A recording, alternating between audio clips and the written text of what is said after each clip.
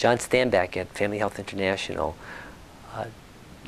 discovered that many women are denied a family planning method when they go to a clinic or go to a provider because they're not menstruating. So the provider is fearful that they might be pregnant. So they say, come back when you're menstruating and then we'll insert an IUD, or then we'll give you the pill, or then we'll give you an injectable. And that is a major constraint to provision of services, because frequently if that woman leaves without a method, you may never see her again, or you might see her again when she's pregnant. So John developed a short checklist, which is called a pregnancy checklist, to exclude the likelihood that a client visits a clinic and is pregnant. And that checklist includes a simple checklist, and it's extremely effective in screening out pregnant women. A wonderful example is if you're not menstruating and you haven't had sex yet during this cycle, there's no risk of being pregnant. So you could provide a method immediately. Well, after developing the checklist and pre-testing the checklist, they did a study in Kenya. And it was the most effective single intervention I have ever seen. 30% more women went home with a method after the visit to the clinic with the pregnancy checklist than before the pregnancy checklist. So a little innovation, but a huge impact in increasing take-home of a method from one clinic visit. Community-based depot is another innovation that has huge impact. In the area of implants, very popular method.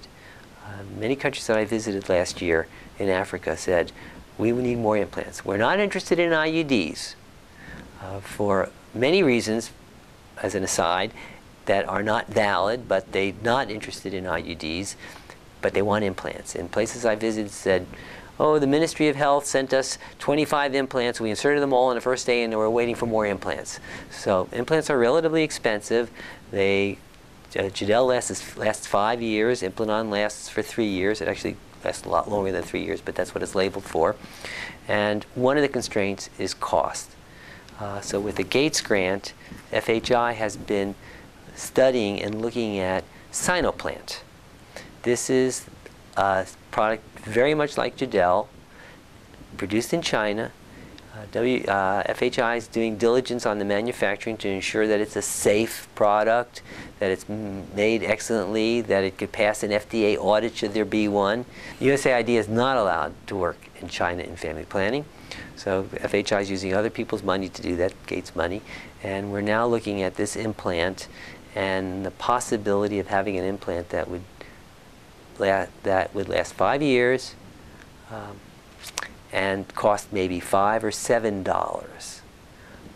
That kind of innovation will hugely expand the use of implants. And the implant is a marvelous technology.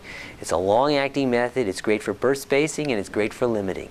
And it works despite the woman's behavior. So it's a marvelous method, and that innovation could really greatly expand the use of implants. Can you imagine getting a text message, it's time for your injection? 3 months have passed, you've got 2 weeks to a month to come back for another injection if you want to ensure protection against unintended pregnancy. So that alone would be a marvelous contribution to getting clients to come back to programs.